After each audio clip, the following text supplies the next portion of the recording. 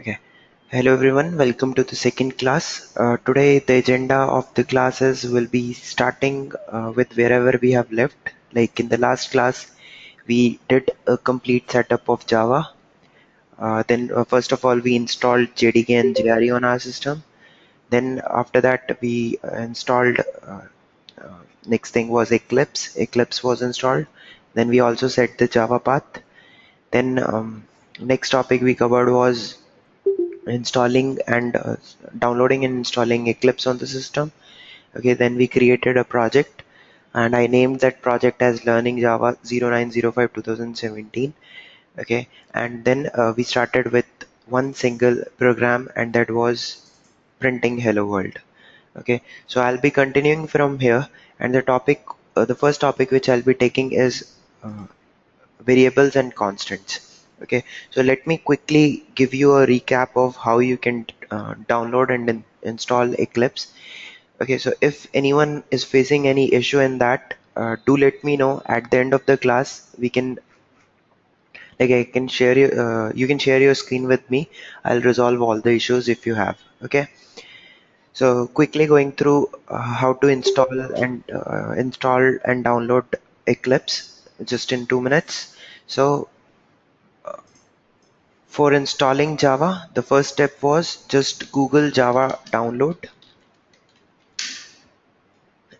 Okay, in that you will get an Oracle link here. The second one, go to that.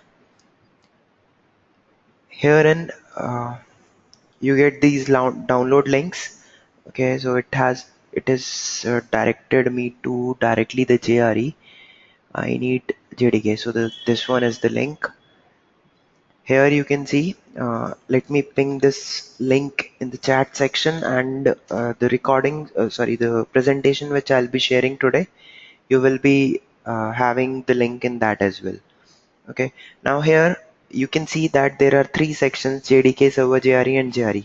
So we discussed about JDK and JRE, that this is something which we need to write the code, and this is something which we need to run the code. Okay, for now what we want to execute our code, so we'll be downloading JDK. And see, when you develop a code, it's always there that you'll also execute that. Okay, so that's the reason this JDK comes along with JRE. So if you need only JRE, then download this. If you need both, then download JDK. Go to this link. Here you can see that there are multiple versions are available, multiple exes and all are available. First of all, you have to accept the license here, and then depending upon the operating system, you can download the respective version. As discussed in the last class, that Java is a platform independent language, and this is quite visible here, that you can see that we have many Linux versions available, then we have Mac version available, we have Solaris version available, and then we have Windows version as well. Okay, for me, my system is Windows operating system, and that to a 64-bit. So I'll be downloading the last one, that is Windows 64. This is the exe which you have to download. Just click on it, it will download an exe for you. Then install it by just double clicking on .exe. Install it, and it will get installed on your system. How to verify whether it's installed or not? Just go to the program files of your system.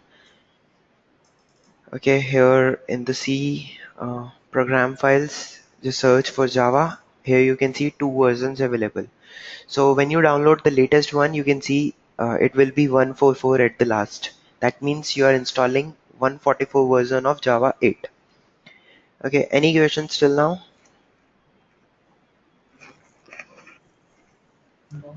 Okay, so after installing Java, JDK and JRE, next step we did was setting up the Java path. Okay, so how to set the Java path quickly? Go to this PC. Okay, right click on it, uh, and then check properties of it. Okay, now in the properties, go to advanced system settings. Okay, and in the advanced system settings, you have environment variables. Just click on environment variables. You have two options: one to set Java variable, I mean the Java path, in your users variable, or you can set it in system variables. Okay, So you can set in any one, not an issue, but uh, wherever you are setting the Java path, okay, like if you're setting in system variable, then add in the path of system variable only. Okay, so I'll tell you how to do that. Here in the system variable, just click on new button and type Java underscore home. Okay, and in the variable, just give the complete path where you have installed the Java. Okay, so my Java was installed in, let me go to the path again. Okay, File Explorer. Okay, in C, program files, Java, and here we have. So you have to give this complete path in your Java underscore home. Just paste this path. Okay, click OK. That will get set. So you can see here my Java home is set. Then go to path, edit it, and here you need to add a new. Okay, and write percent, then Java underscore home. You can see just before it I have added. Okay, percentage Java underscore home, percentage, then a backward slash, and then bin. Okay, click on OK and click on OK again. This will set the Java path for your system. How will you verify? Just go to command prompt, open a new command prompt. If you already have anyone opened before setting up the Java path, just close it and open it again. Now here just type Java C and press enter. As soon as you press enter, you can see that here you see such some options. If you're getting these options, that means your Java path is set properly. But if you get something like some statement like Java C is an unrecognizable command, if you're getting that, that means Java path is not set properly on your system. This was to set the Java path. Any questions, anyone till now? Okay. Moving ahead, next step was that I have to install Eclipse. So go to eclipse.org site. Okay, here we have download 6 link. Just click on downloads, and then in the downloads we have this download 64-bit. Just go to this. Okay, it will download an installer for you. Okay, like you can choose any one of the option, or there is another option. Here we have download packages. Okay, so uh, click on download packages, and there will be an option of 32-bit or 64-bit, and here you have to choose the version as well. Even if you go with the other way, there also when you start downloading, it will ask you the option later on, but here it asks in the start only. It asks you whether you want Java EE edition or Java Developer edition. Java EE stands for Enterprise Edition. Java Developer is normally a developer. Okay, so this is at enterprise level, so it gives us many more features which your Java developer does not give. So it's better to download the first one. Download 32-bit or 64-bit depending upon the operating system you're working on. So I'll download the 64-bit. Okay, and just download it and unzip the Eclipse. In that there will be a setup. Just click on that and your Eclipse will open. So I hope everyone has installed Eclipse Java and set the Java path. Okay, Priyanka, you have a question. What if we don't set the Java path? See, if you don't set the Java path, things will work as it is. There will not be an issue because Eclipse is a wonderful tool. It can identify the Java path automatically. It does not. You don't have to specifically mention. If we talk about this Eclipse, okay, but going forward, we'll be using certain third-party tools. Like one of the example I can give you is Tomcat Apache. Okay, so that is one tool which specifically needs this Java path. Okay, so for those third-party tools, we are setting it up from the start. And sometimes it also happens that people have multiple versions of Java installed on the system, and your Eclipse is working on an older version, and you upgrade your Java, then it happens that Eclipse does not automatically takes the latest one. that time you have to set the Java path. Okay, so these are few reasons why we are setting it up from the start. Clear? So in a way, we are telling our operating system where Java is installed. That's what we are doing. So if we have multiple versions, we can work with only one at a time, right? So that's why we are telling our operating system which Java to use. If you don't have set and you have a single version, Eclipse will work fine. You'll not face any issue. You'll face issues only when you'll be working with some third-party tools. Clear? Yes, no, maybe?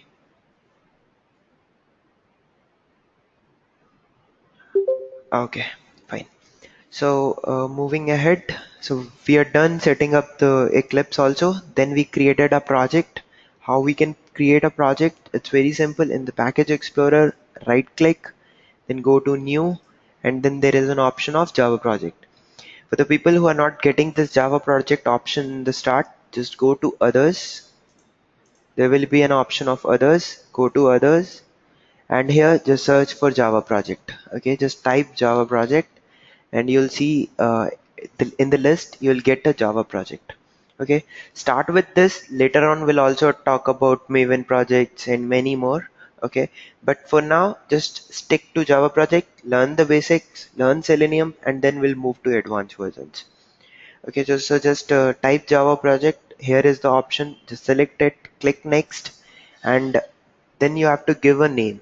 Give any logical name to your project. Like I have given learning Java and then name of the date on which we are starting it. Okay, so the complete Java project I'll be keeping in it. Once I'll start with Selenium, I'll create another project, and in that we'll segregate based on Selenium topics. Okay, so that's how I started. Any questions till now? Anyone? Okay, and guys, do let me know if I hurry up or if I increase my speed. Do let me know. I'll slow down then and there only. Okay. Now in your project, if you see there are two options. One is SRC folder and second is this folder you see JRE system libraries. Okay, as discussed in the last class, this JRE system libraries is the one where you have all your Java resources. See, you in the starting we install JDK and JARI. We need some Java code to execute and to write our code. And that is something which is there in the system libraries. Okay, so you don't have to do anything in this. Eclipse take care of this itself. Okay, we don't have to do any struggling for setting up this JRE system libraries. If you have installed JRE on your system, this will automatically come. Okay, so we'll talk about this a little more later on. For now, I'm going to the next thing. If you see, we have an SRC and it has a symbol like a folder. Okay, so actually it's a physical folder only. How I will get to know that it's a physical folder? Okay, in your project when you were when you were starting this Eclipse, there it might have asked you for one uh, workspace. Okay, workspace is where physically all these projects will lie. Okay, so and if by chance you are not knowing your workspace on your system, then what you can do is just right click on your project and click on properties. Okay, and here you can see in the location you will see users Saurabh Dhingra and then there is a workspace.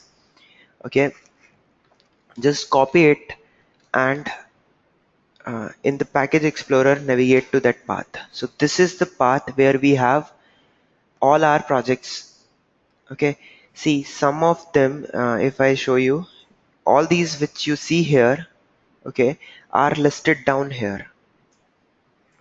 Okay, okay, so Anshu, you're saying please repeat. Sure. See, what I'm telling is to check where this project is there physically on your device, what you can do is just right click on your project name and then there is an option of properties. Click on properties. You can see in the location there is a path. Okay, at the end we have our project name. Before that you can see there is something known as workspace. So this is the path where your workspace is. Here we'll be having all our projects. So I'll just copy it, open it in Package Explorer, and go here. Okay, so this is the physical path where we have all our projects lying. Okay, so these are the projects I worked on till now. Okay, so here one more thing you have to see. My project is Learning Java 0905 2017. So here, if you see, here I have Learning Java 0905 2017. Okay, so just double click on it. You will go inside. Here you can see that we have one folder as src folder. So this is the same folder I've created here. Okay, so this is a physical directory actually, which is used to segregate the code. Okay, we call that package in Java, and we call that a directory or a folder when we talk about its physical appearance. Okay, so in Learning Java, we have this src folder. There are a few more folders. Forget about this dot setting, dot class path, and dot project for now. You don't need them. We are more interested in src folder as well as in bin folder. Why bin folder? I'll tell you in some time. Okay, but we are more interested in src folder. src folder is where all our code will be there. So here you can see in this src folder, I have created a package with name day1. So in my this src folder, you can see there is a folder with name day1. So here you'll call it a package, and here you'll call it a uh, here you call it a folder. Okay. Now I'll create another package. Why we create package? To segregate the code physically. Okay, and there is many more purpose of creating different packages. So that we'll discuss in later on. I'll start the frameworks. That time I'll create some logical packages. Like here now I'm creating day one, day two, day three because I want to teach you topics first. Once we'll start with the framework, that time we'll create these packages with some logical name. Okay. Now in src folder, I'm creating another package, right click, new, and then there is an option called package. Okay, then here I'll be typing day 2, finish. Okay, so I've created another package with name day 2. Now in day 2, I'll be creating another class. Okay, so for now, the topic which I'm going to cover is right click, new, and then a class. So the topic I'm going to cover in this is data types. Okay, so in the data types, I'll also keep this public static void main checked. If you forget to check it, like I have not checked it, then for printing that public static void main, there is a shortcut. What is the shortcut? Just come here, type main, and press Control spacebar and press enter. Okay, so for the first time when you'll do it in the Eclipse, it always go into a non-responding mode. The reason for that is it takes some time to load suggestions for the first time.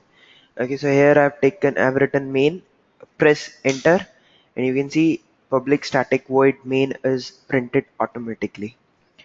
Okay, now in this uh, I'll be starting with the next topic now.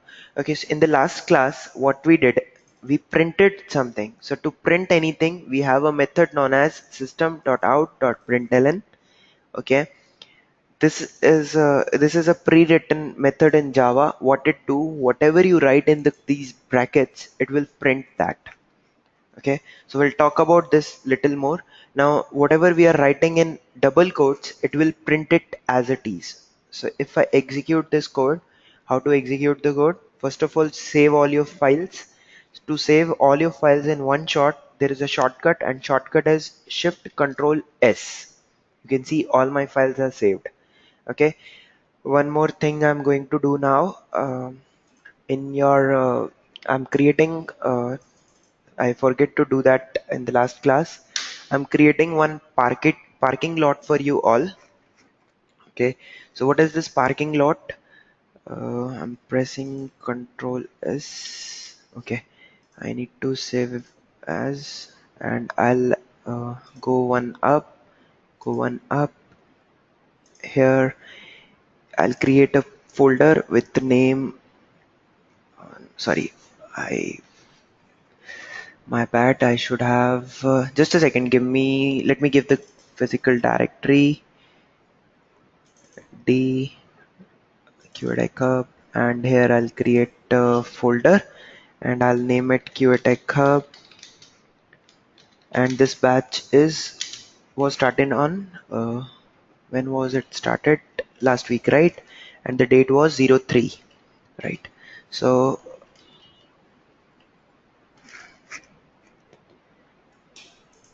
yeah, so here I'll give it a name 03, 09 and 2017. Inside this I'll create parking lot, and what this parking lot means, if there you'll have any questions for me which I cannot answer that time, I'll write them down here. Okay, so for now we don't have any questions. And one more thing I'm creating, and that is in this uh, yeah, this is like notes for you. Okay, so notes, or I can call it shortcuts. Okay, so we'll be writing all the shortcuts here. So first shortcut we have is to print main method in one go. So what is the shortcut? Type main and then press Control Ctrl plus spacebar and plus enter. So this is the shortcut to print main method. Similarly, to print uh, system.out.println, the shortcut is, what is it? Type SYSO, then press Control Ctrl plus spacebar plus enter. Okay, so this is a shortcut to print. Like this, I'll keep on adding. So this will help you a lot and speed up the code. Okay, coding. Okay, it personally helps me a lot because I don't have to look on the options again and again. I just press shortcuts, and this help me in a lot. So here one more shortcut I can tell you now is to save all files. We have uh, Control plus Shift plus a letter S, and to save current file, the shortcut is Control plus Save, Ctrl plus S. Similarly, to execute Java code, the shortcut is, anyone remembers this? What was that? Shift plus Alt plus a letter J, and then press letter X, and then press J. Okay, so these are options, these are some shortcuts which I'm telling you. Shortcut Eclipse, so just remember them, and we'll be using them a lot in our project. So here you can see when I have to execute the code, now I'll use the shortcut. So shortcut is Shift Alt Z and then press J. Sorry, my bad. It is Shift Alt X, and you can see these options has come here. There are many options. Now for Java we have this Run Java application. So just press J. It will execute a Java code for you. Okay. So what happened?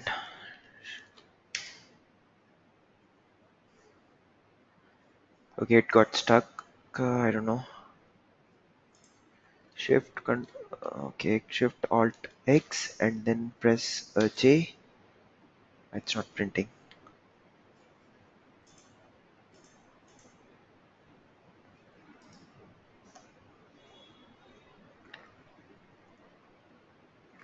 Okay, it has gone to not responding mode. And Abhishek, you are saying Control plus F11. Yes, that's another shortcut to execute Java code. Okay, so you can see it has executed. Any questions, anyone? And how will you check what is the shortcut? Okay, so what you can do is you can see that here in the run, if I go, there is an option run as, or here also when I do a right click, run as, you can see there is a shortcut. Alt plus Shift plus X and then a space bar J. Okay, so like this, whenever whatever command you execute, just remember it that this is the shortcut. Okay, moving ahead. Now I'll start with the next topic for today, and that is data types. Variables and data types is the topic actually. So I'll go to Gaurav, assignment. Yes, Anil. just a quick question. Mhm. After we write a code, isn't there a facility or a standard where we have to check if the code is correct? Okay, I'll come to that. Just give me 2 more minutes. I mean, let me start with the Okay, next topic, and then, anyways, I was about to take cover that. Okay. okay. Thank you. For your Sorry. quick reference, if in the left bar you don't see anything like any symbol, anything, that means your code is perfectly fine. Until unless it has some logic error. Okay.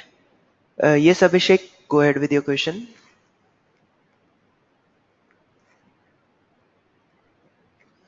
Abhishek, will talk about this dot class and dot project later on. It will be too early to explain that.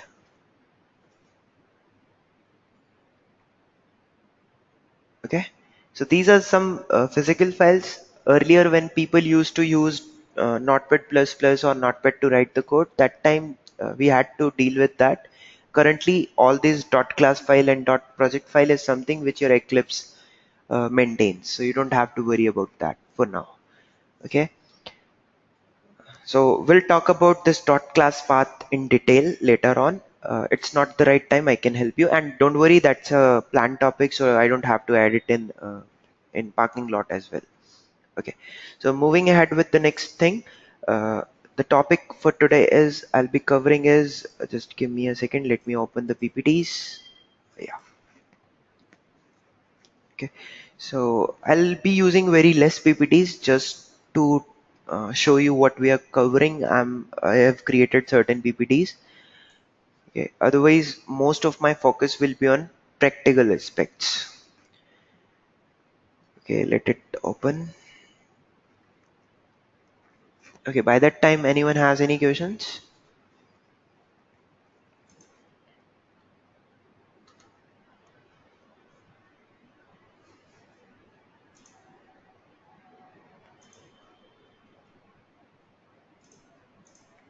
Okay, so the topic for today is variables and constants. This is something which I'm going to cover now. So I'm not sure how many of you have heard of these words first before. Variable, I guess everyone must have heard because this is something which have came from mathematics only. So just recall the time when in mathematics we used to study about these variables and constants. So what was variable? Variable is something. Okay, so this is the agenda. What is variable, data types in Java, discussing primitive data type, and discussing string. So these are topic I'm going to cover now. So what is a variable? A variable is a value that can change. Okay, so remember the time when we used to create variables like X, Y, Z. What were those? Those were the variables which can store values. Okay, like X is a variable which I can put any value, 10, 15, many things, right?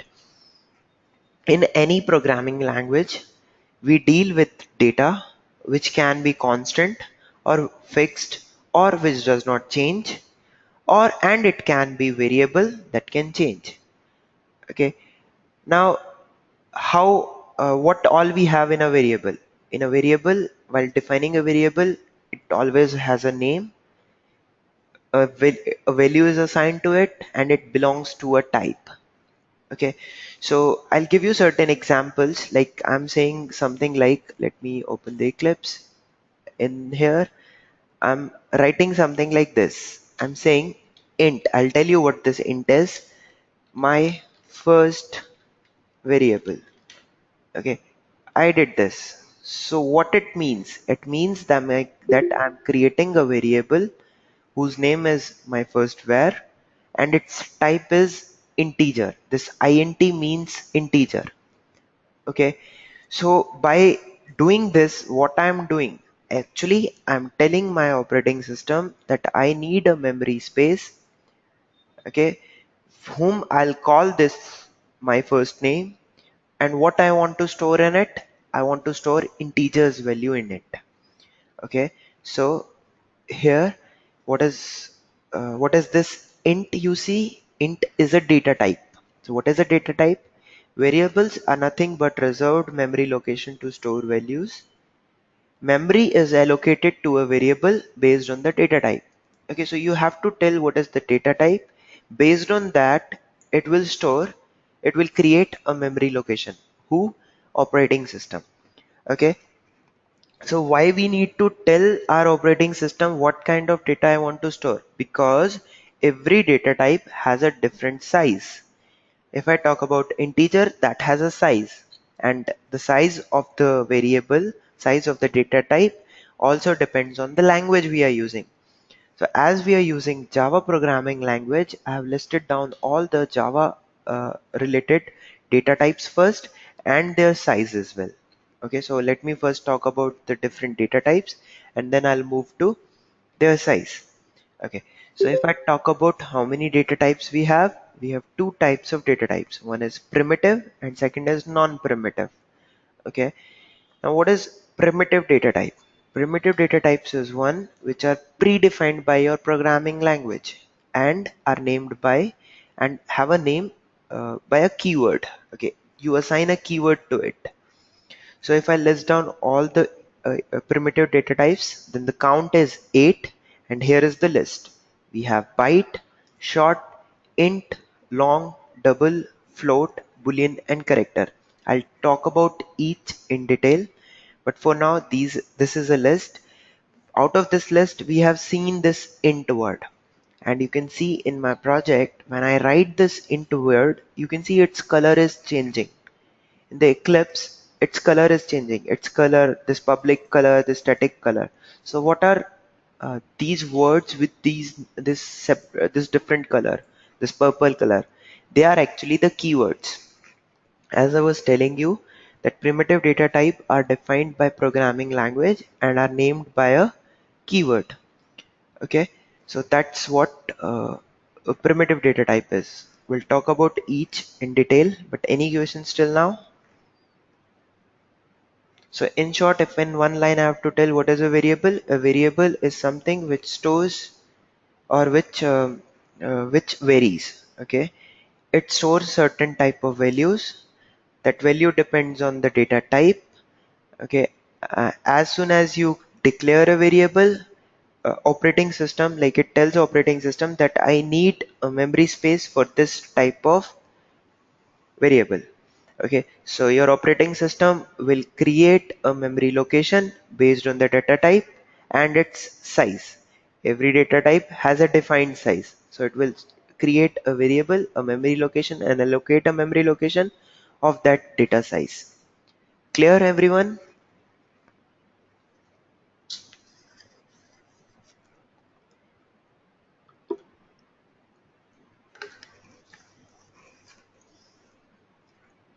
Any questions, anyone?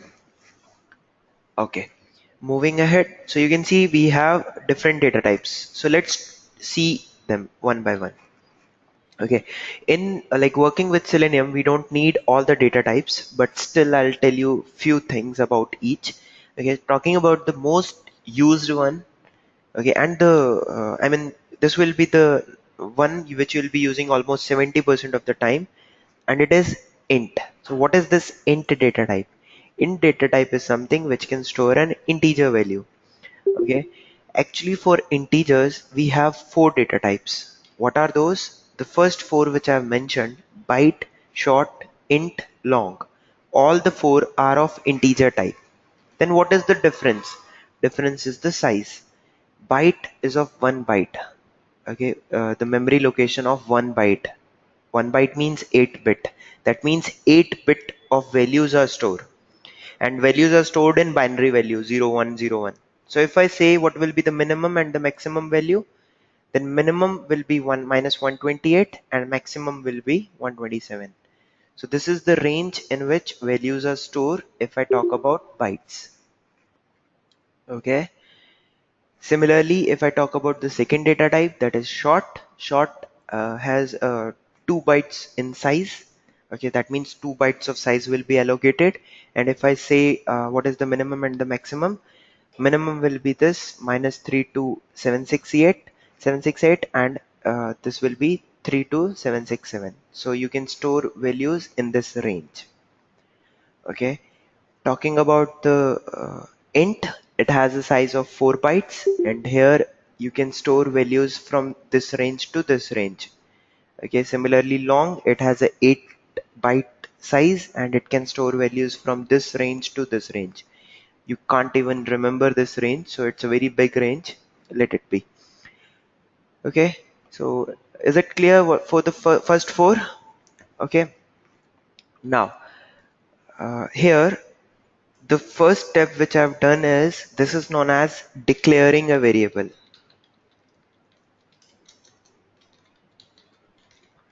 Okay, and the second step will be assigning values to it.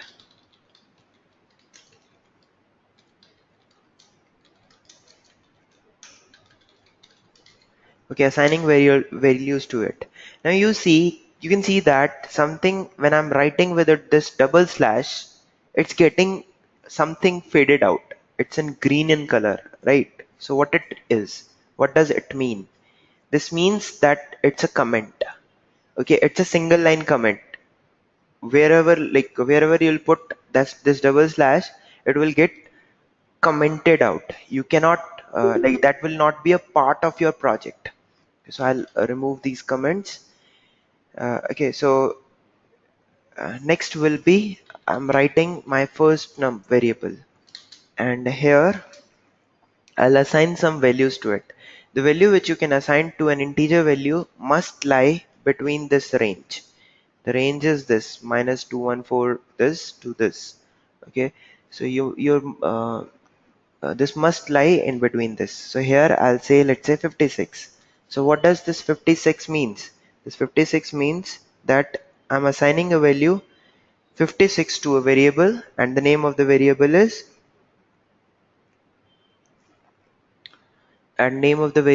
my first var. Clear?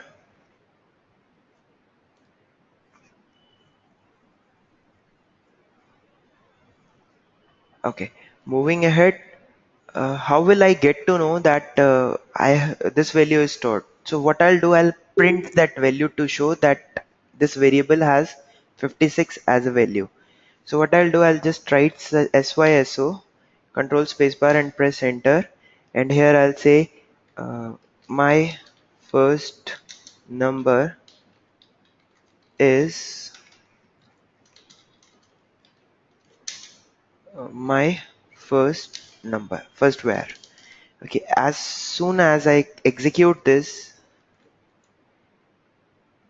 you can see that the value which was there in my first number, that is 56, it is replaced by this variable. Okay, let me open the Eclipse console again.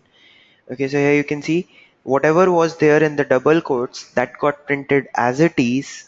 After that, I'm using one plus symbol. It's an operator. The operator is plus operator. This operator is used to append values. So here I had an integer value, sorry, a string value, and this was an integer value, so it appended the both. Okay. Okay, so you can see that this my first number equal to whatever the value was, 56 is printed. That means this variable, my first variable, has a value of 56 now. Okay, now you can do one more thing here. Here, as you can see that I first created a variable, then assigned a variable. You can do these both steps in one line as well. Okay, how? I can say like int I can write my sec number equal to some value. Let's say I'm putting a value as 78. So this is where I'm assigning declaring a variable as well as assigning it also in one go. Okay. Now here you can see that on the left bar I'm getting some symbols. What is this symbol? If I hover over this, it says the value of local variable my sec number is not used. Okay, so what is this? This is a warning. Okay, this is a warning. You can ignore the warnings. What it is saying is that you have created a variable, okay, local variable. We'll talk about what is a local variable in some time, but uh, here what it means is that it is giving you a warning that you have created a variable but you have not nowhere used it. That means it is a variable which is unused. So that's a warning for me. Similarly, if I just change it, like if in an integer value, I try to save one string value, whatever you write in double quotes is a string actually. Okay, so in a variable, integer variable, if I try to store a string value, it is giving me one uh, one symbol with a cross on it. So what does this means? This means that the variable which I'm defining has some errors. If I hover over it, it is saying type mismatch, cannot convert from string to integer. It is saying that you're trying to store a string value to an integer value variable, which is not possible. Okay, so that's the reason it is giving us an error. Okay, so this is one error for us. And if you see, I can have something like this. If this is there, like this symbol with a complete cross, if this symbol is there, this means there is some syntax issue in your code. Okay, so fix the syntax. So until and unless you have these these two things, one this, another this symbol, then you cannot execute your code. That means your code has some error. You have to fix them. So here, when I hover over it, I got to know that it is saying cannot convert a string value to integer. So I'll change it this string value to integer again, and now I can proceed. Warnings you can ignore. Warnings, it will work fine. So if you can see, if I execute it now, it executes absolutely fine. Okay. So yeah, any questions till now? So is it clear how you declare a variable and then how you assign a value? So just remember this single equal to sign is used for declaring values. It does not mean that you're comparing two values. It means that you're assigning a value to other variable.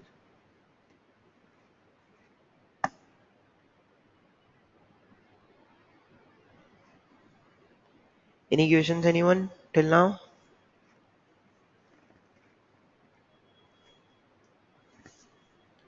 Okay. So yes, Anil. When you declared the second variable, how did it? I did not see it execute. So Yeah, is that meant to execute? no, actually here I just declared it. It's also giving me a warning that I've not used it.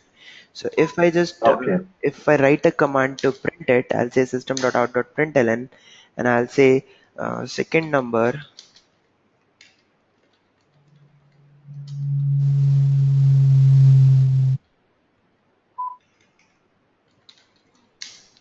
If I say this and execute it now, you will see the second one as well. Okay, so I've Okay. not, See that? yeah, Sorry, those two colons are coming up, right? So that you can put equal to as well, isn't it? whatever you like. This is just a string. Okay. You can All whatever right. you Okay. No, like. I You thought it can was part of syntax. No, no, not a part of syntax. Whatever you write in the double quotes, that will get printed as it is. Okay. Okay. Agreed. Thank you. Okay, no problem. Yep. Okay, any Right. other questions, anyone?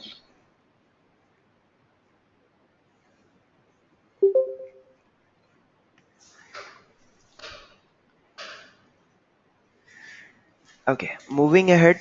Like this, you can store any other variable as well. You can create and declare, you can declare and assign value to other variables as well. Like we have long, you can say long, long variable, or I can name it any name. You can give any name to it, like maybe fourth number, FORTH, fourth num. Okay, you can give this name, then you can assign a value for num. Okay, see, what I'm doing is I'm not writing the complete variable name. I'm just writing some name and then pressing a control space bar. See, it gives me suggestions. So again, another shortcut here, that you can just write some of the part and then press a control space bar, press enter, that number will get printed. You can give values to it. See, when I put these values, it's working fine. Okay, it is not like it is storing a value. Okay, now what is the difference between this and this? Here I have defined a variable as int, whereas here I have defined a variable as long. Okay, so if you see the difference lies in the size. If I add any value which is greater than this value, so you can see that 3, 3, 6, 7, 8, 9, 10, 10 digits. If I change this value to 10 digits, it will start giving me an error. Okay, what error it is? It is just simply saying syntax error. Okay, so when I hover over it, you can see that it is saying this, the literal this of type int is out of range. Okay, so it is saying that the value you are assigning to this variable is out of range. Okay, it does not lie in the range. So uh, uh, that means this cannot store a value which is greater than that, greater than the size. But you can store that value here. Okay, if I just copy this value here and add two more digits, it's not giving me an error. Okay, it's giving me an error, but what error it is giving? Let's see. When I hover over it, it says that this value of type int is out of range. Okay, so to make it, but my variable is long. So how will I tell my system that it's a long value? Just put a small L after it. Okay, so remember this point, that the long variable can store an integer value as well as a long value. If you're storing something which is in a range of integer, then you don't have to put a L before. Okay, but if it exceeds the integer range, then you have to put a small L. Clear? You can put a small L or you can put a capital L. Both will work fine. There is no issue. But without this, it will give you an error stating that it's an integer. You cannot stay. This is out of range. Okay. Actually, there is a concept called typecasting which has happened here, which we'll discuss later on going forward. Okay, but for now, you can just remember that in a long value you can store an integer value or you can store a long value. It depends on the uh, size. If your variable size is increasing in integer value, you just have to put a small l. Any doubt, anyone? Is it clear?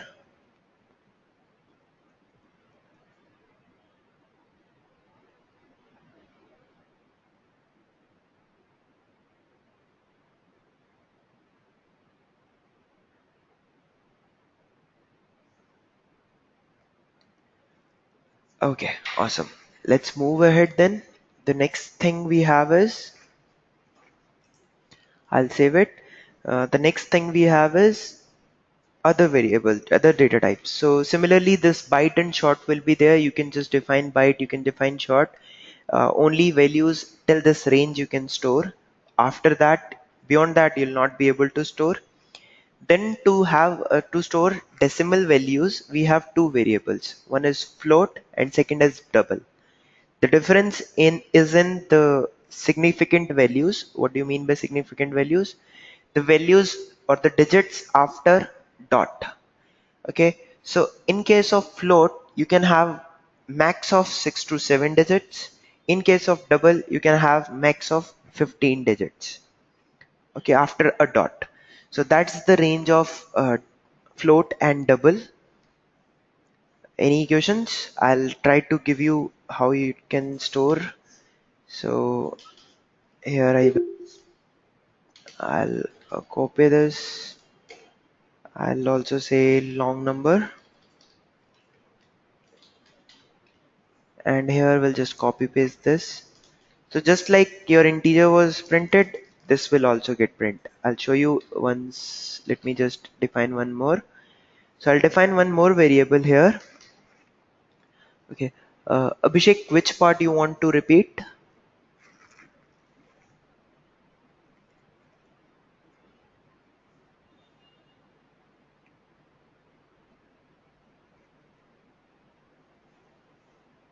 Yeah, float and double I'm repeating. I'm covering now.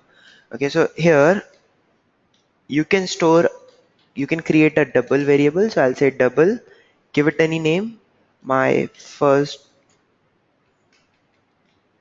double num. I can name, I can give any name to a variable.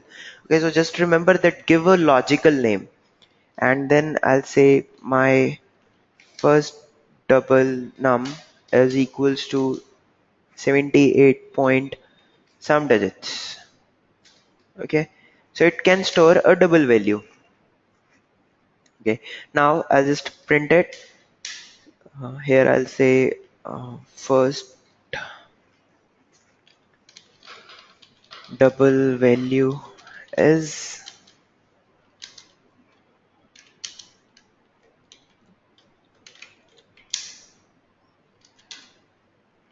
when I execute this code, you can see the same value is printed. So what is the difference between okay, I'll define float as well, and then we'll talk about the difference. My first float number,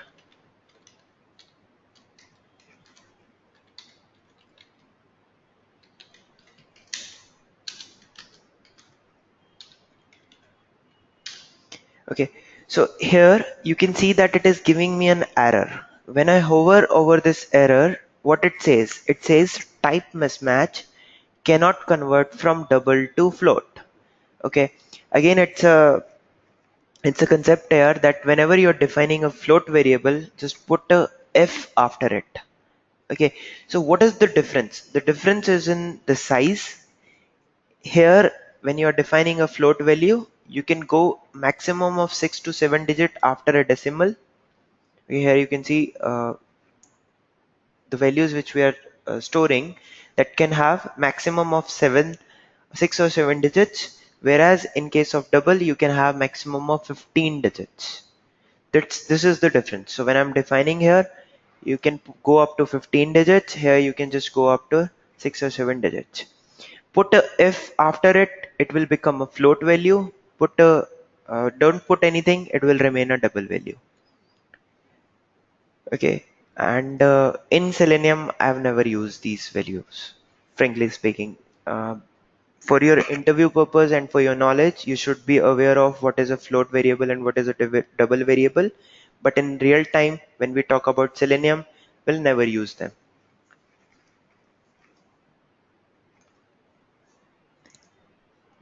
Any questions till now?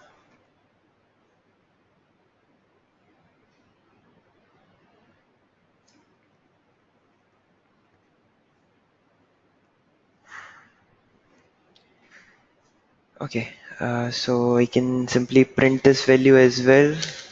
So I'll simply say my first float number.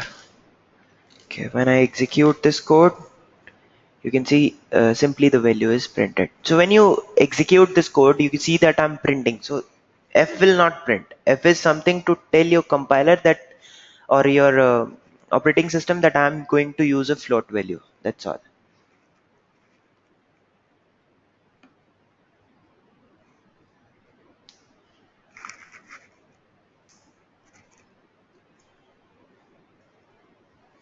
Okay, moving ahead with the next thing. I'll just close it. Okay, next we have a character and we have a boolean. Out of this, character is again very rarely used, and boolean is very important. So let's talk about both. So I'll just create one more class file here and name it data type 2. Okay, I forget to check public static void main. So the shortcut is main, press control space bar and press enter. Okay, now here, what is this char? CHARUC. This is character variable. Okay, that means it can store one single character at a time. So I'll say here char and then my first char. This is the variable I have created. Now this value can this can store one single character. That can be a small letter, that can be a capital letter, but it can store one single character. It can store a digit as well. It can store a special symbol as well, but one single value at a time. Okay, clear? Again, in Selenium, very rarely used. Most of the time, I'll not be using this.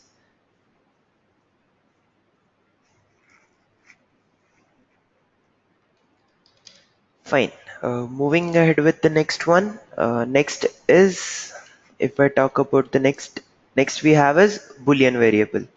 Okay, so I'll create a Boolean variable here. So I'll say Boolean, then a name. Okay, so let's say I'm calling it a flag. Okay, what this Boolean means? See, Boolean is something which can either store a true value or a false value. Okay, you can have a true or false. Okay, so I'll say flag equal to, don't put any double quotes, nothing, just type either this true or this false. Okay, as soon as I write true or false, its color is changing.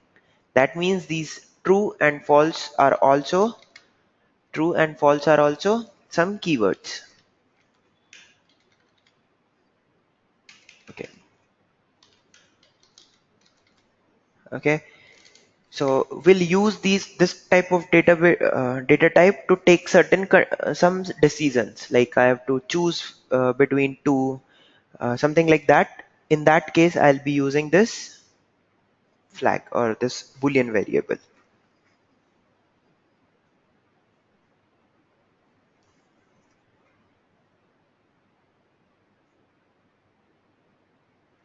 Any questions, anyone? Okay, now for Selenium purpose, what all you have to remember is these four. One is int.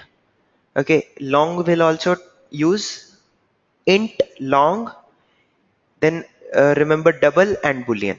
Okay, so these are four. Double is very rarely used, but you might use it. But just remember int, long, double, and boolean.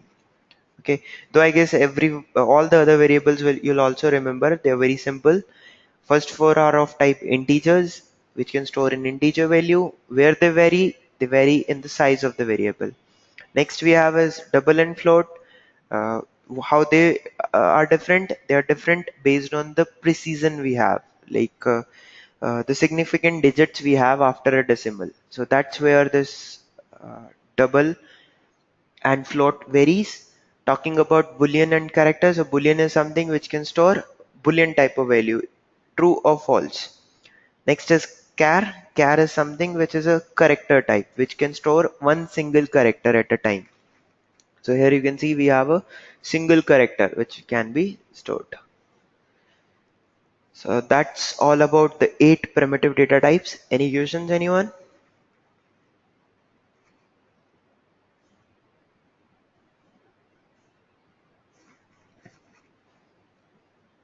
Okay, moving ahead. So just remember the this size as well. Like what is the size? So here you can see I have mentioned the complete size. I'll share this. Okay. So next we have is another data type which is known as string. String is not a primitive data type. It's a non-primitive data type. Now what do you mean by non-primitive? Non-primitive data type is something uh, which comes as a class and object. So going forward we'll talk about classes and objects in detail. For now, just let's understand how string works. Later on when we'll cover classes and objects, that time it will be clear to you what a non-primitive data type is. Okay, so for now I'll just talk about strings. So let me just create another class here. So I'll say string variable. Okay, we'll keep this public static void main checked here. Okay, and I forget, so I just have written this main and a control spacebar. Okay, now here in this I'll create a variable with name string. Okay, I'll call it any, let's say myvar. Okay, this is declaration of a string variable. Now look at how we are defining. When I was defining here, that time I had everything in small letter and it was changing its color. In this, it is not changing the color and it is starting with a capital letter. So if I hover around it, you can see that it is saying something C. At the back, there is a something known as C. C means a class. Just like I created a class here, there is a class which is responsible for storing string values. Okay, so we'll talk about this string variables later on in detail. For now, I can just tell, let's talk about how you can store values in it. So I just said my var, and inside this, in the double quotes, I'm putting my name is Saurabh. Okay, so in this variable, I've just stored a string value. Okay, so what is a string value? If I talk about what is a string value, string can be defined as a sequence of characters. So here you can see there is a sequence of characters you are storing. My name is Saurabh. So these are characters. Even this white space is included in it. Okay. So when I say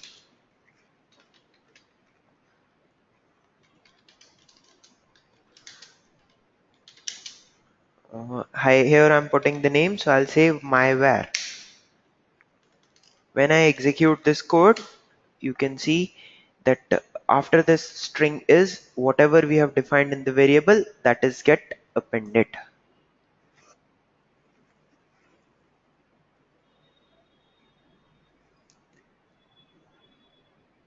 Okay, so this is how you will define variables.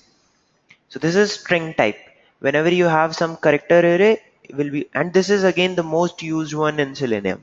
You have to remember there is lot much to learn in Selenium. Sorry, in uh, string class, which we'll discuss later on once I'll cover classes and objects. Okay, any questions, anyone?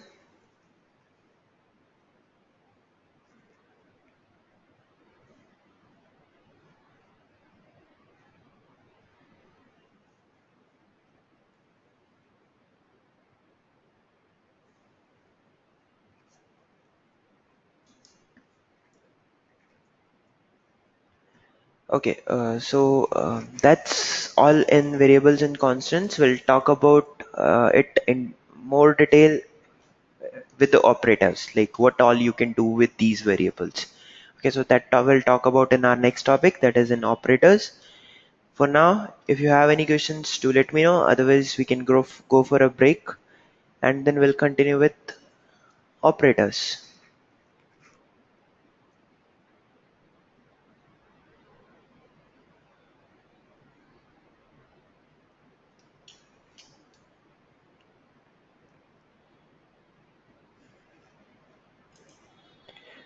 Okay, then let's have a break for 7 minutes and then we'll continue with next topic.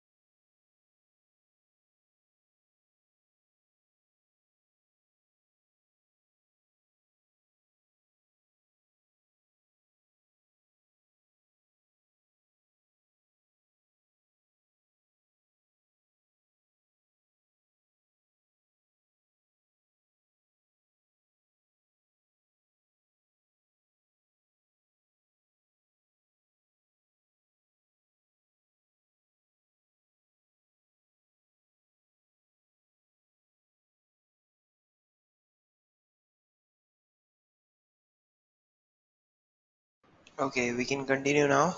Any questions, anyone?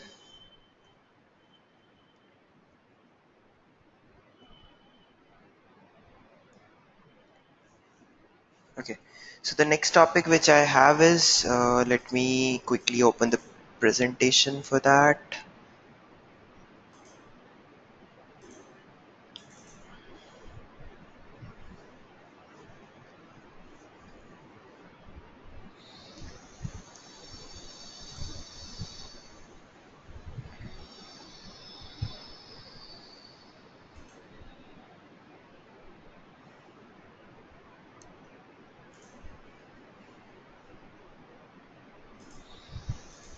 Okay, so the next topic we have is operators in Java. What are the different types of operators? So what are operators? Operators are some special characters which perform certain special operations. Okay, like if you look at it, most of you will be familiar with all these characters you see on the screen. Okay, you might have used them somewhere or other. Okay, so let's talk about them one by one. So we have assignment operator, then we have arithmetic operator, relational operator, logical operator, we have conditional operator, and compound assignment operators. So what are they? Let's talk about them one by one. Okay, so here I'll create a class and I'll call it operators. Example one. Okay. Okay, now here I'll create one variable, let's say int my first number. Okay, and I create another variable. Okay, one more thing, I need to put it in main block.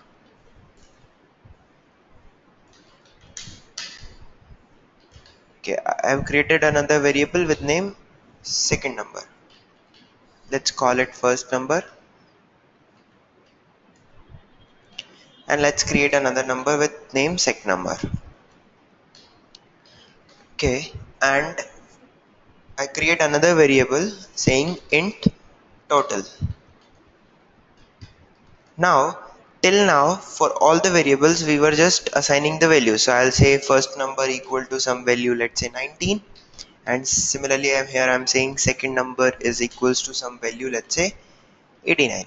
So what I've done, I've defined, or you can say assign values to the variables. So the first variable is first num and second variable is second num. We are assigning values to it. Next will be, I'll say total. In this variable, you can also add some kind of arithmetic expression. Like here I can say second number, then a plus symbol, and then I can say first number. So what we are doing in this way is we are assigning a value which is actually a sum of two numbers, second number and first number. So what will happen here? This first number, what you have, it has some value as 19. We have a second number which has a value as 89. Both these values will be assigned to this, and when I'll execute this code and print it,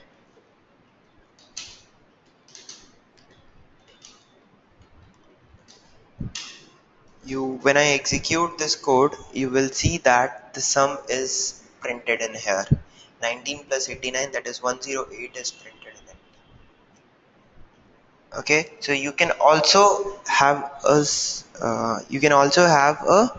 arithmetic expression. Now this arithmetic expression here is using one variable which is here it is using one operator which is plus. Similar to this plus, we have minus, we have multiply. This is for multiply. The single slash is for divide. This is a modulus operator. What is modulus operator? I'll create one more variable here. Let's say int mod equal to second number, then a modulus first number. So what does this do?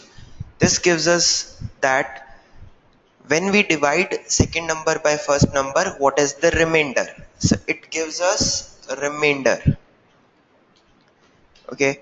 So to make it better, like to understand it better, I'll do one thing. I'll make it 5 and I'll make it, let's say, 99, 89 only.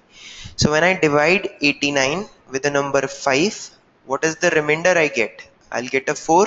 So what value should get printed when I'm printing mode? So when I print mode here,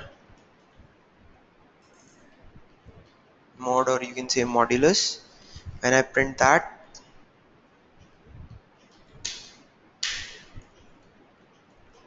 when I execute this code, you can see 4 is printed. How? When you divide 89 by 5, 4 will be the remainder which will be left. Clear? So I hope all these variables are clear to you. This minus is to subtract one number by other, plus is to add, the star is to multiply, this is to divide, and this one you saw was to uh, this one was to get the modulus or get the remainder. Then we have 2 times plus and 2 times minus. What are they? Plus plus and minus minus. So let's look about on plus plus and minus minus. By that, before that, any questions in any other operator? Here is the list. So we have done with equal to, this is to assign value, subtract, add, multiply, divide, modulus, and this is increment and this is decrement. So let's talk about increment and decrement. Okay, let's say I have a variable int a number, okay, and I'll say a number equal to some value 5, and then I'm saying a number plus plus, and then I'm printing it. So what will happen when I do now, when I execute the code now? You will see that instead of 5, 6 is getting printed. Why? Because I assigned a value 5, then I put a plus plus. What this plus plus will do? This will increment your number by one value. Whatever will be the value you will put, like here my value was 5. When I did this, it incremented by 1. If I call this again, if I add this again, execute the code now, you can see that 7 is printed because it is incremented 2 times. Similarly, if we change it to minus minus, and when it will execute our code, you will see that 3 is printed because the value was 5, it got reduced by 1 and then again got reduced by 1.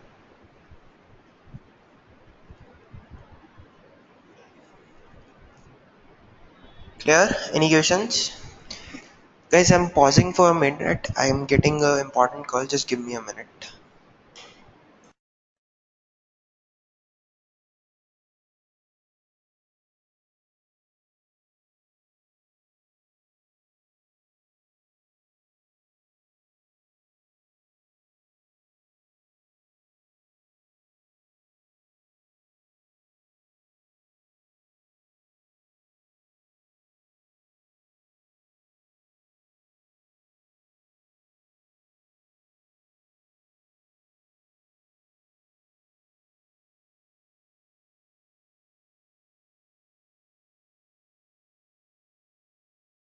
Okay. So Anil, you have a question. Could you please repeat? Yeah. So talking about this plus plus and minus minus, right? This is what you want to repeat. Okay, fine. See, I defined a variable uh, with of type integer. So int a number is the name. Okay, I assigned a value to it. Let's say I have assigned a value 5. Now, what I'm saying is that if to this variable I put a plus plus, okay, after the variable, what it do is it increments your number by 1. Okay, so when I execute this, it increments your number by 1. Okay, as many time you call it, that will be the number it will get increased. So if I've called it 2 times, so it has increased twice. Okay, so this is increment by 1. Increment a number by 1.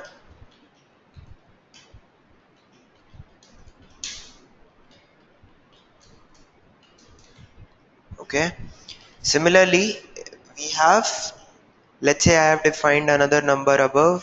Let's say I have defined first number. So if I say first number minus minus,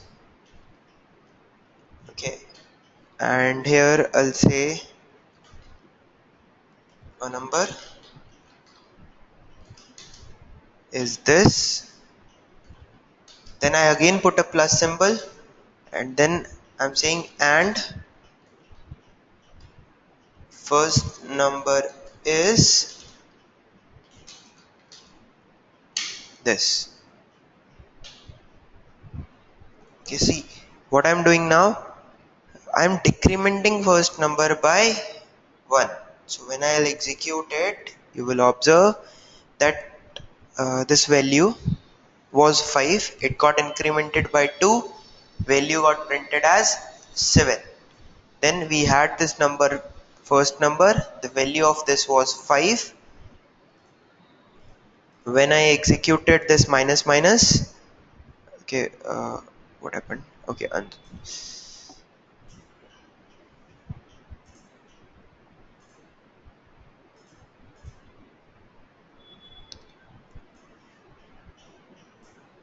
yeah.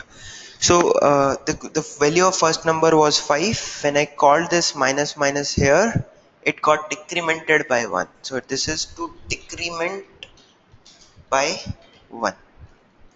Clear, Anil?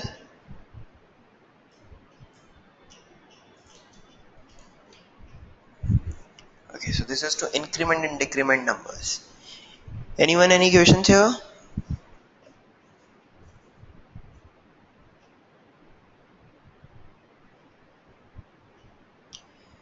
Okay. So these are certain operators. Now any doubt in any of these operators, assignment operators or arithmetic operators?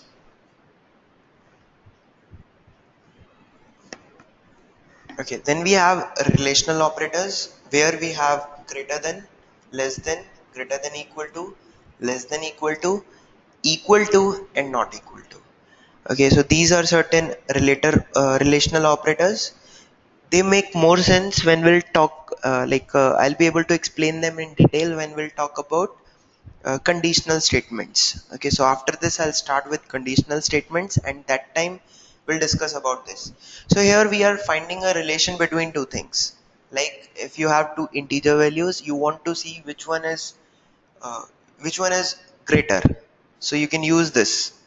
So greater than, less than, greater than equal to, less than equal to, then we have equal to, and then not equal to. These are the symbol used to find a relation between two variables. Okay, then we have logical operators. So logical operators we have is and, or, and not. And will be when you're comparing two, when you have two conditions. If both are true, then your thing will execute. That's what this and means. Similarly, double, this double pipe, it it is like or. You have two condition, one out of two is true. Then we have a this exclamatory sign. What does this means? This means that your whatever value you're getting, you are changing its status. If you have a true, you're changing it to false. So that's what this logical operator means. Clear? Then we have this conditional operator and compound assignments. We'll talk about these two later on. Uh, First, let me give you some example of these two. Now to give you example of these two, I'll talk about conditional statements first. So what are conditional statements? Let's see.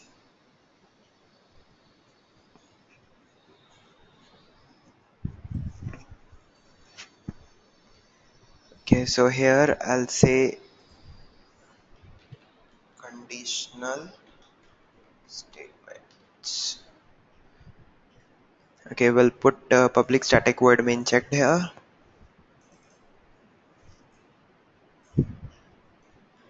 Okay, now here in the conditional statements, I'll say there is something known as if. Let me talk about the syntax first. There is a keyword called if, then you have a round bracket. In that you will put some boolean condition, some boolean condition.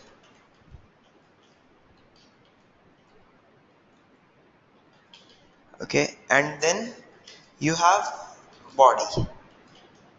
Okay, you have some statement here. Okay, now I'll show you how to comment out.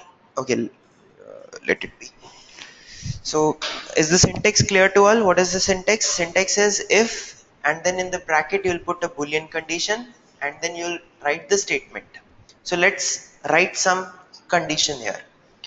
Okay, proper condition. So what I'll do, I'll say I have an int variable with name first number, another variable with name second number.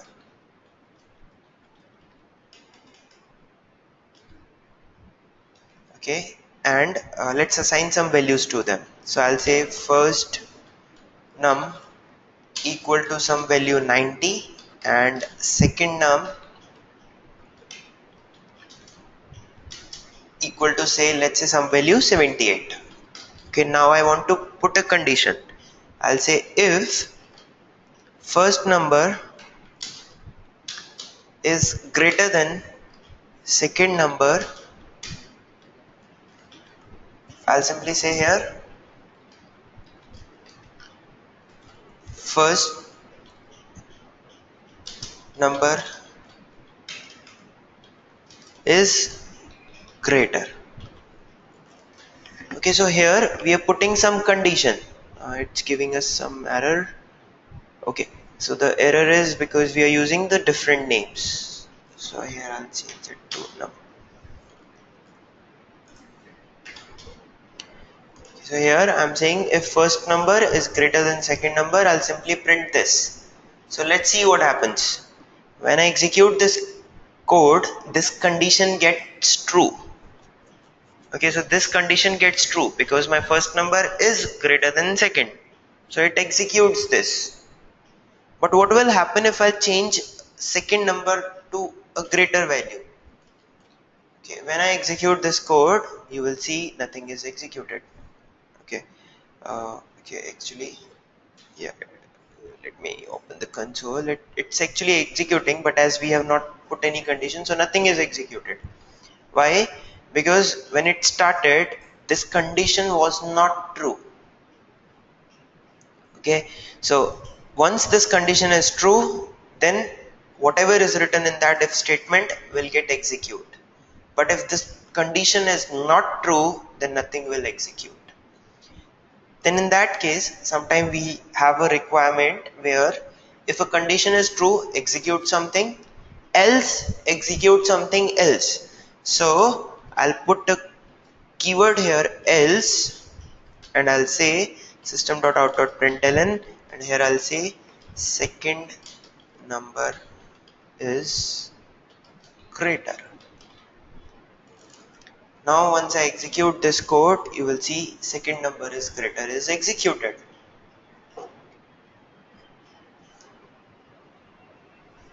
Okay, any questions, anyone?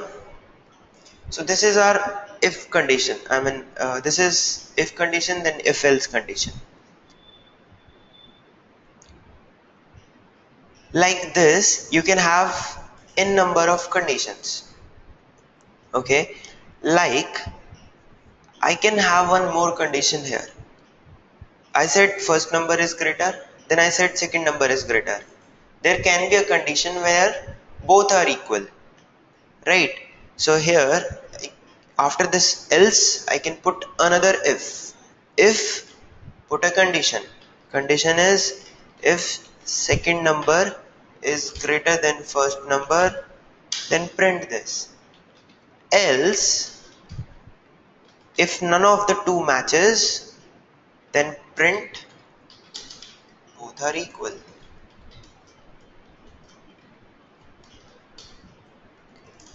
So you can see, you have seen that when first number was greater, this was executed. When second number was greater, this is executed. Now when both will be equal, then this will be executed.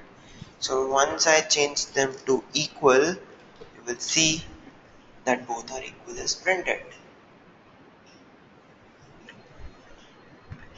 Okay, so like this you can have as many if else condition as you want. You can put a if condition inside another if condition also. Okay, so I'll give you some programs to practice after the class. You can apply these conditions there.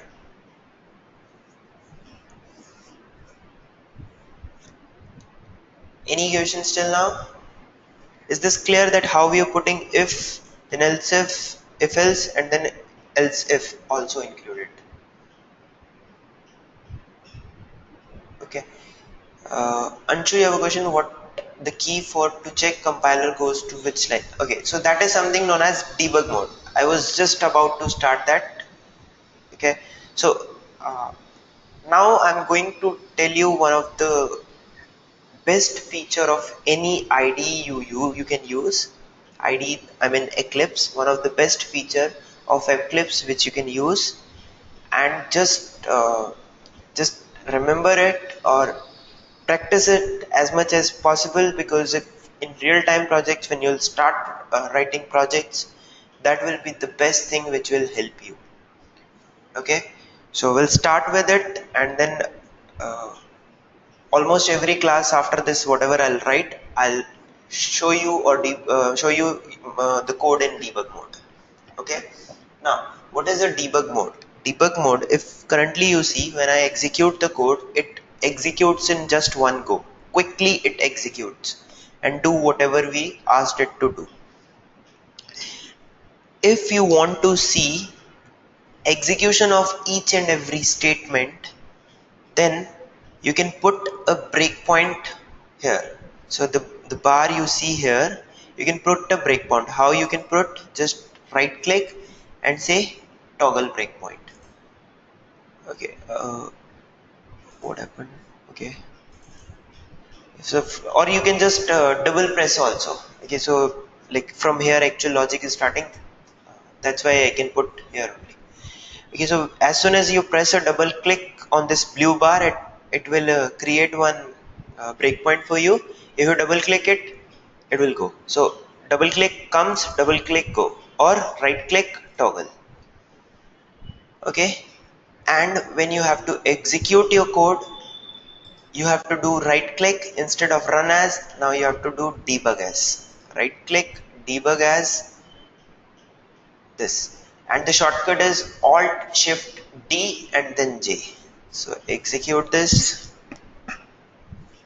You will observe that the perspective of your screen has changed. It has changed to some other view. At the right top corner, you can see a window is highlighted which says that currently my screen is in debug mode. Okay, I don't need this testng window here. I'll just close it. This one, okay, I'll explain rest of all. Okay, so this is your view in debug mode, and you can see that currently my code is halted here. So here you can see there is an arrow symbol. Okay, so this arrow symbol says that currently my code is at this line. There is a window which shows you variables along with their values, and then there is this section which tells you at which line number you are currently. Okay, then you have a console below and the class here, and this arrow tells you on which line number you are. Any questions till now?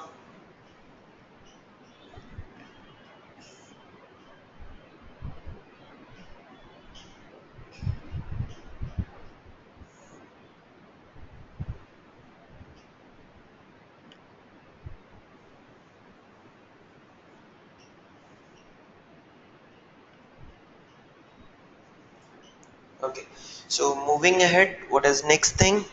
Next thing we have is I'll start executing the code now. Okay, so here there are two options. One is step into, second is step over. Okay, so there is a difference between these two, but currently you'll not be able to understand the difference between step into and step over. So that's the reason I'm just doing a step over here. Okay, because This will come when we'll have calling from multiple classes. That time I'll be able to explain you the exact difference between step into and step over. Okay, now I'll do a step over. As soon as I press this, the shortcut is F6, or you can just press from here. As soon as I do this, this statement is executed. And here you can see a variable is created with name, first name. And it has a value, and the value whatever we assign to it. When I press this again, the second statement was executed, and here you can see another variable is created. Okay, now when you hover over these variables, that time also you'll get to know what is the condition. So here we are saying if first number, you can see when I hover over it, I'll see that the value is 90. Then I hover over this is also 90. That means this condition is not true. So that means it will not execute this, but it will jump to, see, it has not executed this statement. You can see nothing is printed in console. It went to the second condition, and the second condition we have is second number is greater than first number. Now here you can see both are again 90. So again the statement is returning false, or this if condition is not right. So I'll press again you can see that this is not executed. Now we don't have any condition, this has to be executed, right? So it went inside this else statement, and when I execute this, it has executed both are equal. Okay, I proceed. So there is a button called resume. If you click on it, it will execute all of the lines. And then to come back to your normal perspective, there what you have to do is either right click over here, there will be a, sorry, right click over here, there will come an option of stop and then terminate all sessions. So here is the option, remove all terminated sessions.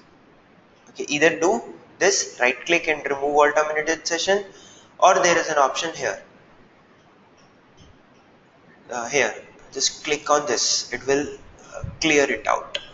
Okay, click back on Java button, it will come back in the normal perspective. Clear how it executes? So this debug mode will help you in executing your code line by line. This will help you in understanding your code, that the logic which you have written is correct or not.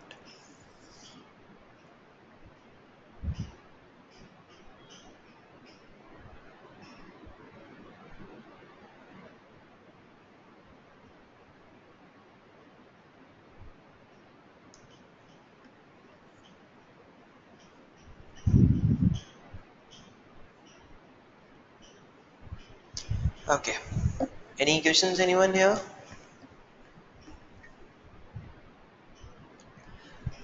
So based on this if else condition, I have few uh, programs for you, okay, which you can try. Okay, so one of the program is this only, find the greatest out of 2, and then I have one more program, find greatest out of 3 numbers. Okay, so let's discuss about the conditions, and this will be an assignment for you that you have to write it down with if else condition. Okay, so conditions I'll tell you.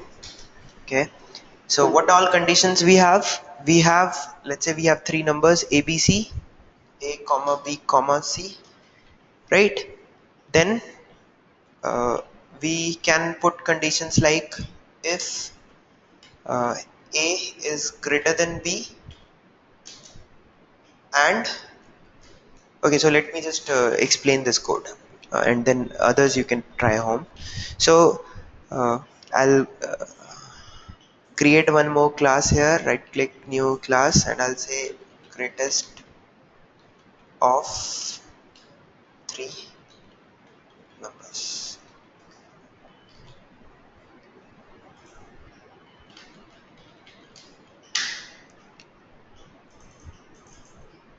Here I'll define first 3 numbers, int first number,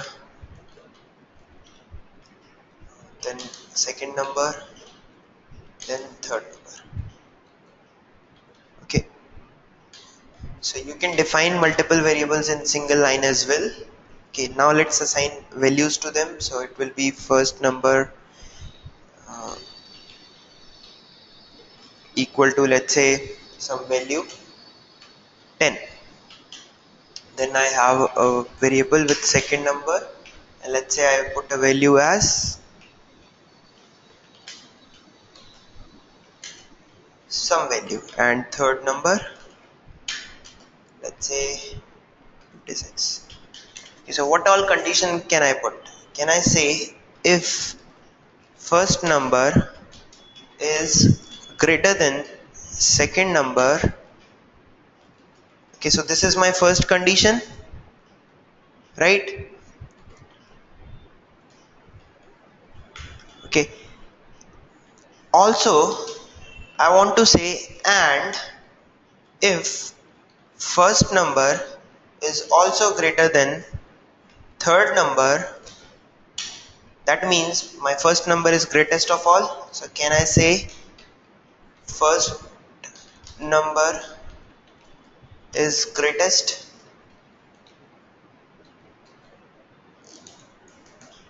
Okay, so here what I've done is, in my if condition I'm saying if first number is greater than second number, and this double ampersand sign means and this, so if both the conditions are true, if both of the condition will be true, then this condition will get true and this will execute.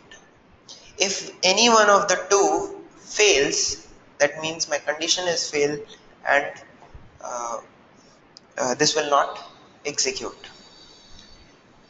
Is this clear how I am using this AND statement here? Why I am using this AND statement here? Because I want a condition where I want both to be true. If any one of the two is not true, it should not execute.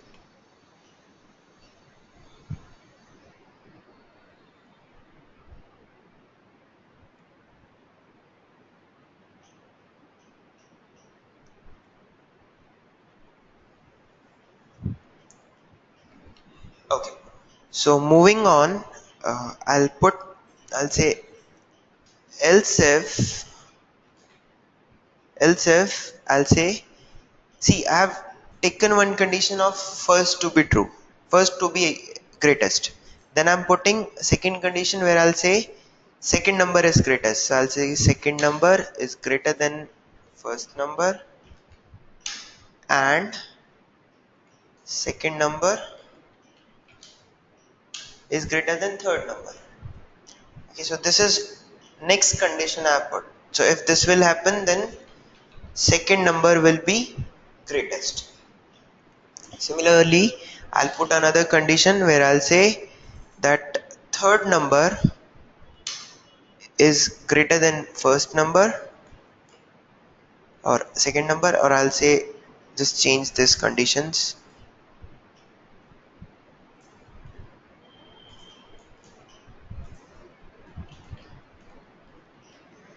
Here the condition I'm putting is, let me just make it more readable.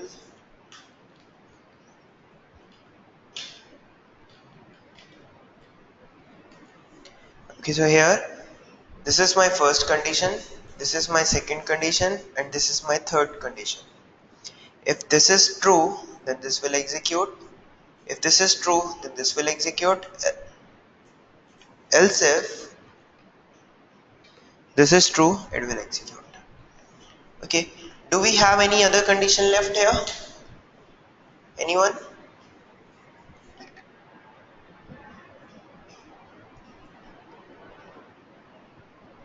Which one is left?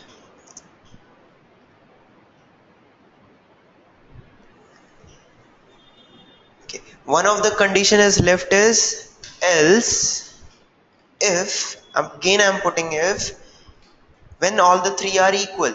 So I'll say first number equal to second. Okay, can I say equal to third number? Will it be correct? Yes, no? Will this statement will be true? No, because this equal to can be applied within two numbers.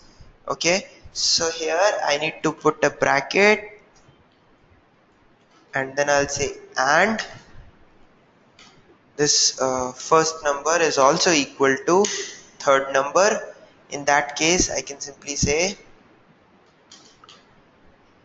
all three are equal. Okay, is any condition left now?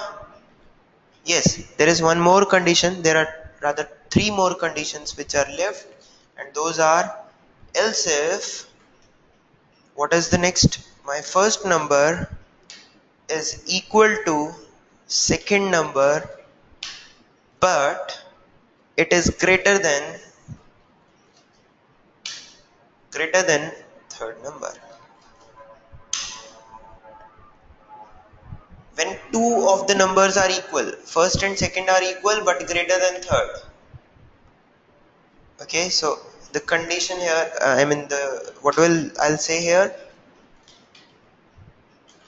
first and second are equal but greater than third. Okay, similarly you can have another condition where your first and third are equal greater than second, and then you can have one more condition where your second and third are equal but greater than first. Okay, so these many conditions you have to apply, and that's how this if else condition works. Clear? So just add those two conditions as well in the code. Any questions here? Now if I execute this code, let's see what happens. So you can see second is greatest. So here I have a second greatest. If I change this to 100 and if I execute the code now, first is greatest. If I put first and second both as 100 and greater than the third one, you can see first and second both are greater and both are equal and greater than third. Okay, like this you have to identify what condition you can apply, and this is how you will use operators here. So what operators we saw? We saw AND operator, we saw OR operator, and NOT. Okay, so NOT will be when you're whatever value you're getting, you want its negative. Let's say you are getting a true, you want its negative. Then you can put a single exclamatory sign.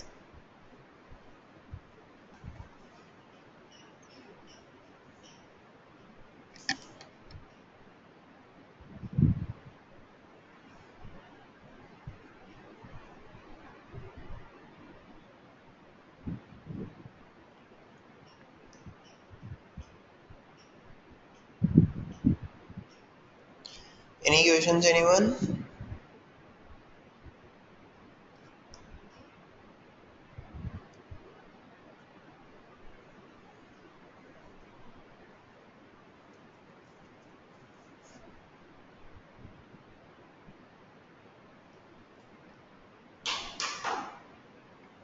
Okay, so just similar to this if else condition, we have something known as switch case statement. Okay, so let's talk about that, and then we'll end our class here and we'll go to if any doubt will be there, because initially we'll keep the classes for 2 hours. Okay, once we'll get into a habit of studying, because I know most of you don't have a habit of studying for 3 hours long. It's long, you're out of college now, so let's just for first few classes let's keep it for 2 hours, and then we'll start with 3 hours each day. Okay, so one more thing I'll cover here, and that is a switch case statement. So here I'll say switch case example is the name of the class. Okay, I'll put this public static void main checked. Okay, now what is this switch case statement? So here when I was using this if else condition, here when I was using this if else condition, when this if else conditions goes bigger and bigger, then it becomes little difficult to maintain. Okay, so when we have large number of cases or conditions, you can use this switch case. So let's first talk about its syntax.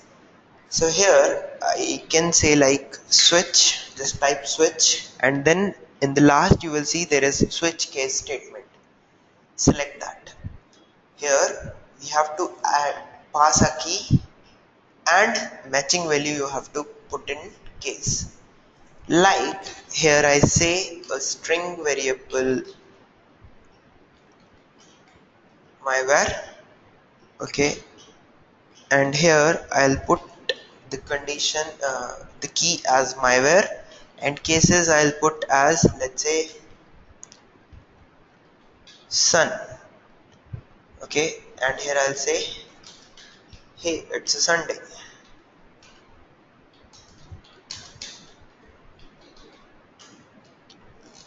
okay. So I'll also put variable value myvar equal to, let's say, Friday, okay. So I'll just copy this for 7 times,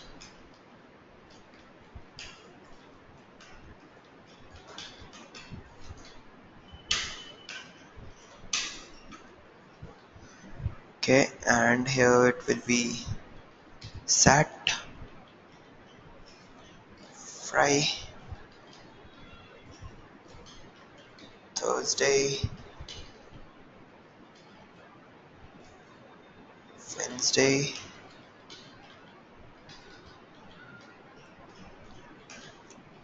Tuesday, and then we have a Monday.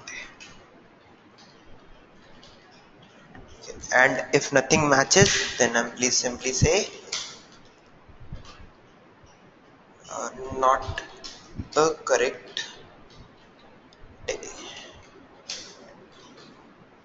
Okay. Let me quickly complete it. Here I'll say Tuesday, and it will be a Wednesday.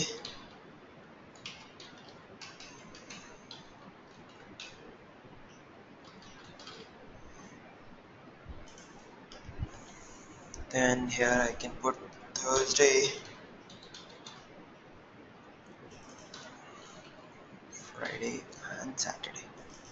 So here you can see that I have a variable whose value I'm taking as fry, okay, and here so you can see that I'm in the switch statement, I'm putting a variable. Now the value of that variable, if matches with any one of the condition, any one of the case here, that will be executed. Okay, look at this break word. Okay, so let me first execute it and then I'll discuss about this break word. So you can see here it's a Friday is executed. How? See, if I'll put a double, breakpoint here, and I'll run it in debug mode, right click debug as Java application, you can see that my code is halted at this switch statement. Okay, now when I press F6, you can see that here there is a variable with name myvar. If I just check, it has a value as fry. Okay, so when I execute this, you can see that it has directly jumped to the case which is fry. Okay, so this is how it works.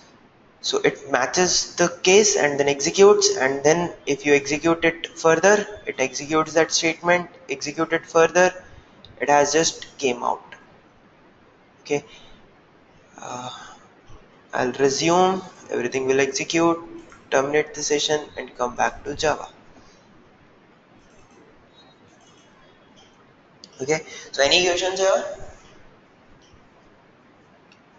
Now in this key you can put anything, any variable, you can put a condition, you can put anything whose condition match you want. Like Here I'll create one more class.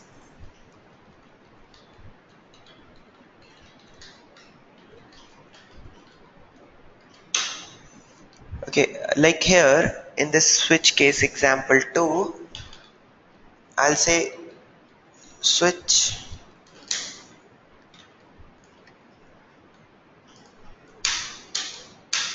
Okay, I need to have main method. Now here I'll say switch. The last one you have to take switch case statement. Okay, I can have something like this.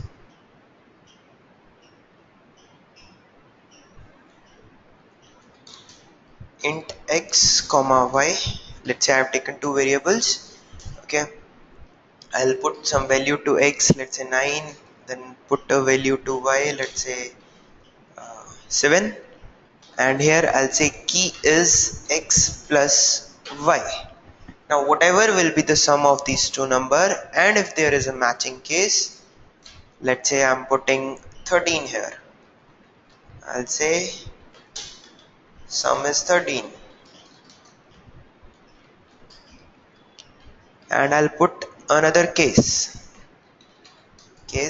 as 16 colon, and I'll say system.out.println sum is 16,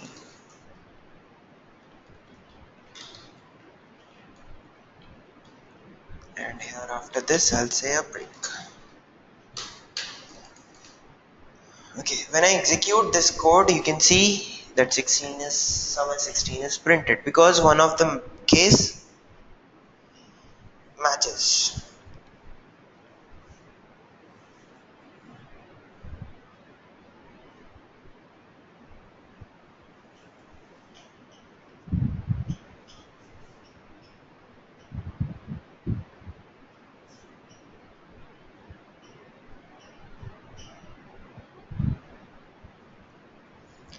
Is it clear? Any questions here? So like this, whatever algebraic expression you say, some variable you say, whatever thing which can result in multiple options, you can put it here.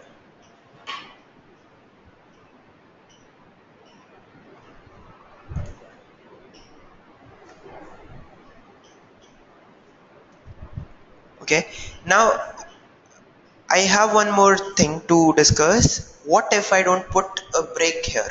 If I just remove all the breaks. So I am saying Control F, break, replace with empty values. If I just remove all the breaks, and then what will happen if I execute this? See, no error is there. When I execute this code, you will see that after first matching node, once in the code, once this Friday was matched, after that all the statements are executed. Okay, you can see after Friday, Thursday, Wednesday, Tuesday, Monday, not a correct day, all are executed. Why this happened? Because switch statement works like this, that if there is a matching key, after that whatever is there is executed. If you put a break, that means you just want to execute that particular statement only.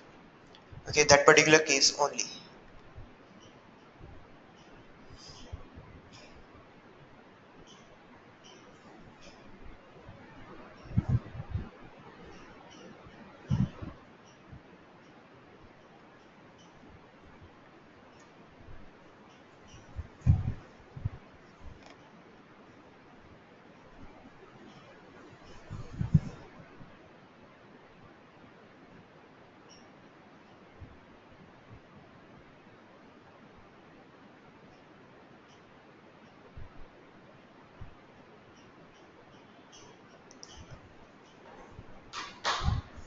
Clear? Anyone has any questions here?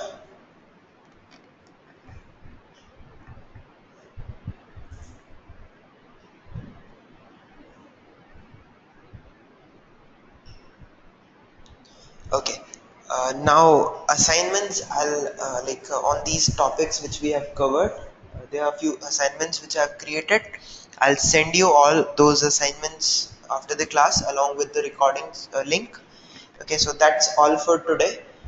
We'll continue from wherever we have left today, tomorrow, and most probably tomorrow I'll start with classes and objects as well. First I'll cover arrays, for loops, I mean looping statement and arrays. After that we'll cover classes and objects. Okay, and then one more class after that we can start with Selenium as well, and then we'll take Selenium and Java parallelly. Okay, so that's all for today. If you have any questions, do let me know. Okay, if anyone wants to get unmute, do let me know. I'll unmute. Want to share any screen, let me know.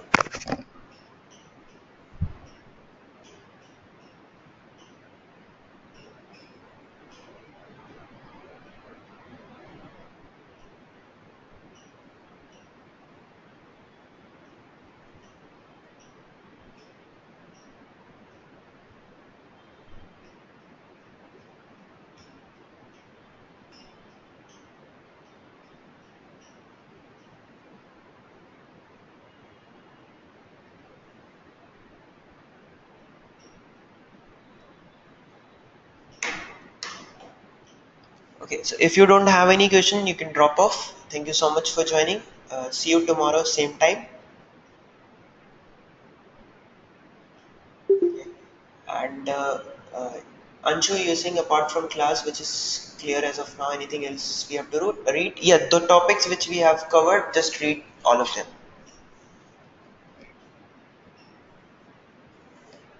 Yes, Susie, I can just unmute you. Just give me a minute. Let other respond. If no one has any questions, then I'll unmute you, and you can share your screen and ask your doubts. Okay, just wait for 2 more minutes. If nobody will respond, then I'll unmute you.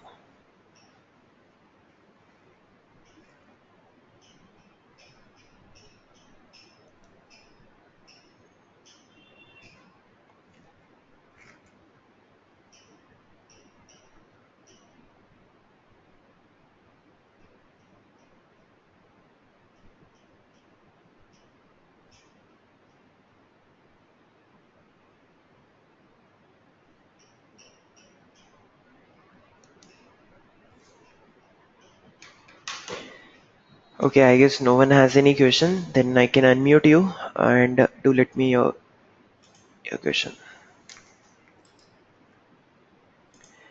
Hey, Susie, you're unmuted, and I made you presenter as well.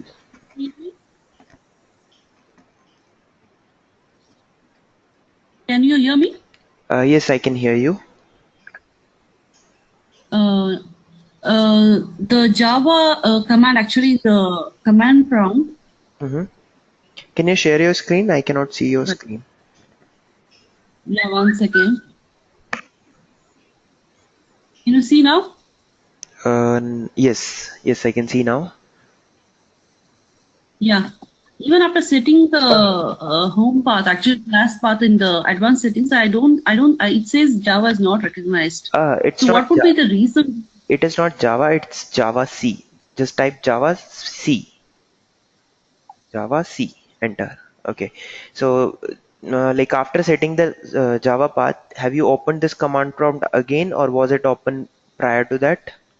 I open new window. I Okay. closed it and opened it again. Okay. Then show me the Java path you have defined. So there might be some problem in that. Can you show me that? Yeah, 1 second. Just search for this PC. Yeah, properties,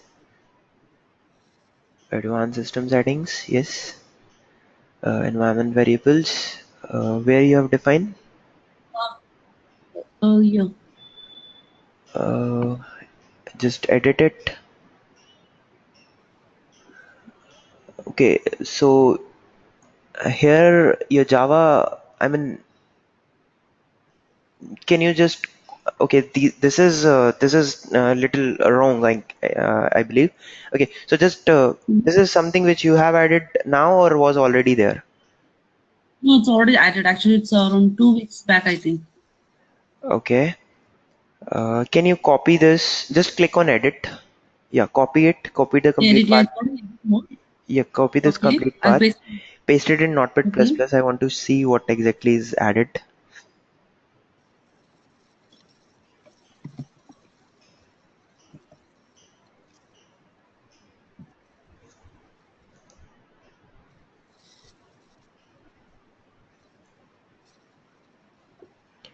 Okay, so C programs, Oracle. Okay, I guess last two things you have added. Such just removes like whatever was there after this first semicolon.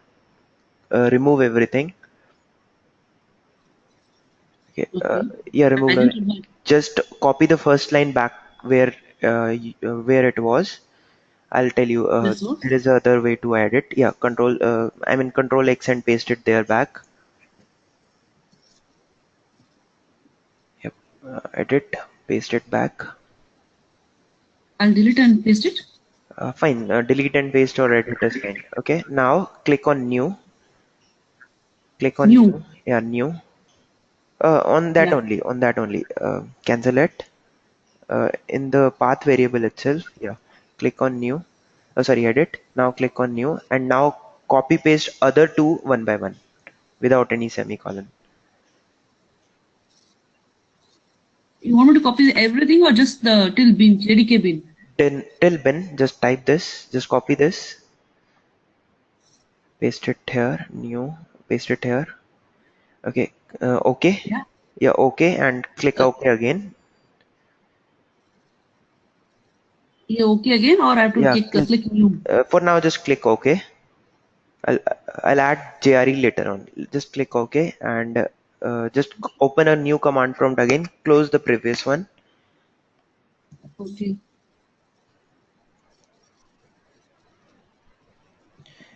Window, yeah, command prompt. Yeah, just type Java C now. Press enter. Yeah. So you Working fine. got the now. Okay, so this was the reason you added it in wrong place. Okay, So so it's no need to append. So you have to create a new one actually. yeah, you have to create it anew. Now you can add the other one as well, JRE one also. Though you don't need that one, but still if you want, you can add it. Yeah, just copy this and paste it just like we added the. So and this way we are adding the JDK path as well as JRE path. Edit and then in temp new paste it. Okay, okay, click OK again. Okay, now if you'll go to your command prompt, again open a new command prompt and just type Java now. Press enter. See now for Java also you're not getting any error. Okay, Oh, okay. Thanks a lot. no problem. Any other questions? No, this is a basic question I had. No problem. Okay, anyone else has any question?